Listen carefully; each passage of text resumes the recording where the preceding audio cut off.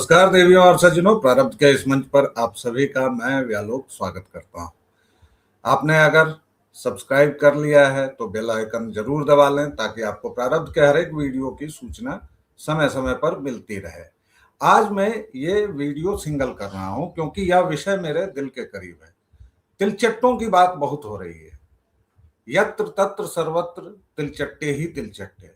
दिल्ली में निकले, राजस्थान में निकले, बिहार में निकले, तिलचट्टों के नाम पर कौन कौन निकले, क्या क्या हुआ, ये पूरे देश ने देखा। अब उसको दोहराने की बात नहीं है। भद्दी भद्दी गालियों का प्रदर्शन हुआ। छात्रों के नाम पर ऐसे अराजक और असामाजिक तत्व उस भीड़ में घुसे जहां पर 100 में यह कहना होगा कि 5 भी छात्र मुश्किल से थे।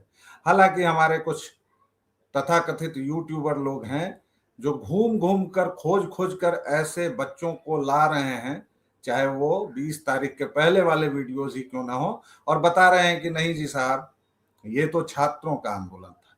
लेकिन मैं अभी बिहार में हूं और बिहार में दरभंगा, भागलपुर, छपरा, गोपालगंज, इन कम से कम 4 जिलों में उपद्रवियों ने, भाकपा माले, राजद, आयशा के गुंडों ने जो उपद्रव मचाया, उसके बाद पुलिसिया कार्रवाई हुई।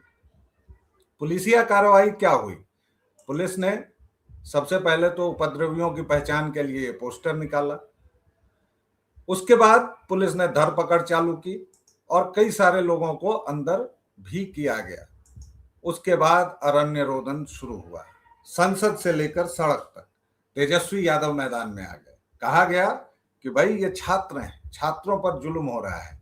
और बिहार में सिवान में एक सिपाही पर AK-47 से फायर करने का आरोप भी लगा, उसे निलंबित कर दिया गया है। वो जो जवान है अभिषेक कुमार नाम का, वह वहां के SP का अंगरक्षक था। अंगरक्षक मतलब बॉडीगार्ड। और अगर आपका SP भीड़ में घिर गया है तो आप क्या करेंगे? और उसने छात्रों पर, कोट अनकोट छात्रों पर उसने गोली नहीं चलाई थी, उसने हवा में फायरिंग की। लेकिन तेजस्वी हो या कोई भी नेता हो, उन सभी ने इस अराजकता को बढ़ावा देने की बात की और उस सिपाही को विभागीय नियमों के तहत निलंबित किया गया है। लेकिन, और ये एक बड़ा लेकिन है, इसके साथ ही एक बार फिर शुरू हो गया कि नरेंद्र मोदी ने फिर एक बार सरेंडर किया, नरेंद्र मोदी फिर झुके, भाजपा की सरकारें झुक रही हैं, वगैरह वगैरह। सवाल यह है कि हम इस पूरे प्रश्न को, पूरे विवाद को किस चश्मे से देखते हैं। हम अगर इसे केवल और केवल विशुद्ध राजनीतिक चश्मे के नजरिए से देखेंगे, राजनीतिक चश्मा पहनकर देखेंगे, तो हाँ, नरेंद्र मोदी ने कदम वापस खींचे हैं। लेकिन तब आपको यह भी कहना पड़ेगा कि इसका फायदा भी नरेंद्र मोदी को होगा। कैसे होगा वो मैं बताऊंगा। लेकिन पहले बताऊं कि पूरे देश में अराजकता फैलाने की यह कोशिश थी, जिसे एक मंत्री के इस्तीफे से वापस ले लिया गया। अब ये दीगर बात है कि इसके बाद एक लंबी बहस चल सकती है कि भाई भाजपा को हिंसक आंदोलनों के तहत दबाया जा सकता है। भाजपा से अगर कोई बात मनवानी हो, केंद्र सरकार से कोई बात मनवानी हो, तो आपको हिंसक प्रदर्शन करने पड़ेंगे, अन्यथा ये लोग तो बात भी नहीं सुनते। UGC का मसला आएगा, वो सब तमाम चीजें हैं। इस वीडियो में हमारा वो विषय नहीं है, उस पर भी हमने चर्चा की है और हम बार बार करेंगे। लेकिन फिलहाल इस वीडियो में हम उस पर चर्चा नहीं करेंगे। बिहार सरकार ने फैसला किया कि वह सभी मामलों को वापस लेगी। और बिहार में क्या हुआ था, कुल 694 लोग हिरासत में लिए गए थे। इसमें दरभंगा, जो मेरा गृह नगर है, वहां से भी करीबन 70 लोग थे। इसमें 340 नाबालिग थे जिनको छोड़ दिया गया। 355 युवाओं को, जो नाबालिग नहीं थे, उनको न्यायिक हिरासत में भेजा गया। इस प्रेस रिलीज को आप ध्यान से पढ़ें। इसमें लिखा गया है 26 जुलाई की शाम 6 बजे के पहले। ये तारीख का उल्लेख क्यों किया गया है, ये बात समझनी पड़ेगी। ये पेच क्यों डाला है? सरकारें देखिए बहुत चतुर होती हैं, बहुत चालाक होती हैं। तो सरकार ने आखिर ये समय सीमा क्यों डाली? क्योंकि रिपोर्ट्स के मुताबिक अधिकांशतः जगह जो नंगा नाच हुआ है, जो अराजकता का, वह 6 बजे शाम के बाद हुआ है। इसके अलावा जिन लोगों की धरपकड़ हो चुकी थी, ऐसा कहा जा रहा है, हम ऐसा बिल्कुल नहीं कह रहे हैं, ऐसा कहा जा रहा है सूत्रों के मुताबिक कि उनकी भरपूर सेवा की गई है। राजस्थान में एक कमाल का वाकया हुआ है। राजस्थान में तो पुलिस ने ऐप के जरिए एक किसी शर्मा नाम के लड़के को पकड़ लिया, क्योंकि वो पूरा खाका लेकर चल रहे हैं। और आप देखिए कि पूरे देश में केंद्र सरकार की तरफ से अभी कोई सर्कुलर, यानी दिल्ली सरकार की तरफ से भी कोई सर्कुलर जारी नहीं हुआ है कि मुकदमे वापस होंगे, क्या होगा उसकी प्रक्रिया। बिहार ने यह कर दिया है। चूंकि आज 28 तारीख है और बांकीपुर पटना में है, वहां पर उपचुनाव भी होना है। जी हाँ, और अंततः अगर हम बात राजनीति की कर रहे हैं तो राजनीति ही करनी है, कोई यहां पर गुल्ली डंडा खेलने नहीं आया हुआ है। बिहार ने वापस ले लिया। असम ने जो प्रीएम्प्टिव मेजर्स के तहत जिन लोगों को डिटेन किया था, असम ने कहा कि हम छोड़ रहे हैं। लेकिन, और ये एक बड़ा लेकिन है, लेकिन पश्चिम बंगाल में शुभेंदु अधिकारी की सरकार ने कहा कि हम केस वापस नहीं ले रहे हैं, हम मुकदमे वापस नहीं ले रहे हैं। पुलिस ने अब तक 14 लोगों को गिरफ्तार किया था और 70 से अधिक पर केस दर्ज किए थे, जब तक लास्टली जो मुझे आंकड़ा पता था। दिल्ली यानी केंद्र सरकार ने जो तिलचट्टों के साथ बातचीत की थी इनके मंत्रियों में, उसमें लिखित आश्वासन देने की बात हुई थी, लेकिन एफआईआर पर आधिकारिक आदेश अभी भी लंबित है। अब चलते हैं जरा संसद की ओर, जहां संसदीय गुंडों ने कल भी संसद की कार्रवाई नहीं होने दी, उस कार्यवाही को बाधित रखा। अब ऐसे में सरकार के पास कम से कम 3 बड़े बिल अभी हैं जिसको पारित करवाना है। एफसीआरए, डिलिमिटेशन और एक जो नीट वाला है। कल ओम बिरला के दखल के बाद यह तय हो गया है कि नीट वाले कानून पर, यानी परीक्षा वाले जो स्ट्रिंजेंट लॉ आ रहे हैं, उस पर विपक्षी दल विरोध नहीं करेंगे, वो बातचीत करेंगे और वो बिल पास हो जाएगा। आपको नहीं लगता कि एक बिल के पास होने के बाद एक पूरा रास्ता खुलेगा, एक पूरा परनाला खुलेगा, एक झरना बहेगा? और एक बात मैं मजे की बताऊं कि मोदी और शाह की जोड़ी जो पिछले 40 वर्षों से इस देश के कोने कोने में घूम के राजनीति कर रही है, उससे पहले से और करीब पिछले 2002 से अगर जोड़े हम लोग, तो आज 24 वर्षों से जो लोग सत्ता में हैं, जो लोग राजनीति में हैं, और इतने प्रबल विरोध के बावजूद, इतने प्रचंड विरोध के बावजूद उनको मैं और आप राजनीतिक सलाह दें, ये थोड़ा सा अलग लगता है। लेकिन हाँ, आप और मैं कम तो ये करता हूं कि एक पत्रकार के नाते विश्लेषण करता हूं और जो मुझे लगता है किसी चीज पर, वो अपना नजरिया पेश करता हूं। लोग जनता के मन में क्या चल रहा है उसकी भी थोड़ी बहुत आवाज, जो प्रतिनिधि आवाज हम तक पहुंचती है, उसको भी सरकार तक पहुंचाने का काम करते हैं। संसद चलना है। पिछले 8-9 दिनों से संसद बाधित है और 12 अगस्त तक संसद का मौजूदा सत्र होना है। अभी काफी समय है, 3-4 बिल हैं। और ये पूरा बवाल क्यों शुरू हुआ था, कहां से हमने यह बातचीत शुरू की थी? हमने प्रारब्ध के इसी मंच पर बातचीत की है कि पूरा का पूरा मसला केवल और केवल एफसीआरए को रोकने को है, और उसके तहत तमाम तरह के आप इस पर वीडियोस देख चुके हैं। अचानक से रूबियो का आना, बंगाल के चुनाव के बाद ट्रंप का बधाई देना, ये तमाम चीजें बताती हैं कि मामला कहीं और था। फिर हमने जो नंगा नाच देखा, ये आंदोलन नहीं था, और मैं इसे आंदोलन कतई नहीं कहूंगा। तो हमने इस गुंडई में जो नंगा नाच देखा, जो गालीबाज लड़कियां देखी पूरे देश ने, और जिसके जरिए पूरी दुनिया के सामने हम शर्मसार क्या होंगे।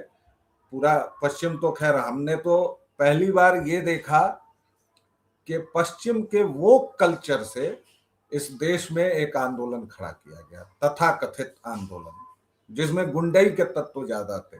और इसीलिए शायद चूंकि सरकार को किसान आंदोलन हो, किसानों के नाम पर के फर्जी आंदोलन हो, या सीएए के नाम पर चल रहे हिल्तीकारों का आंदोलन हो, उस तरह के अनुभव थे, लेकिन ये वो कल्चर का जो आक्रमण हुआ है, ये नया उन्होंने हथियार बनाया और इसमें उन बच्चों को सामने ला रहे हैं। हालांकि उन्हें बच्चे कहना बचपन का अपमान है, लेकिन हैं तो वो आपके ही। और ये एक बड़ा सवाल हमारे समाज के लिए छोड़ के गया है कि आपके वो बच्चे भटके कैसे, आपने उन बच्चों को खो कैसे दिया है। ये सनातनी समाज के लिए चिंतन का विषय है, क्योंकि जितनी गालीबाज लड़कियां थी उन सब में आप देखेंगे कि नाम सबके हिंदू थे। कोई भी मुस्लिम लड़की वहां नहीं थी। अगर वो थी तो अपने हिजाब में थी, वो अपने मजहब को पूरी तरह से प्रचारित कर रही थी। और यहाँ मंच से प्रभु श्री राम के बारे में, क्योंकि ये पूरा वो अटैक था। लेकिन चलते हैं अब जरा संसद की ओर। आज नीट वाले बिल के बहाने जब बातचीत शुरू हो जाएगी और जब पूरा देश देख रहा है कि संसद के गुंडों ने संसद को हाईजैक कर लिया है, तो सरकार के पास ऐसा नहीं है कि उपाय नहीं है।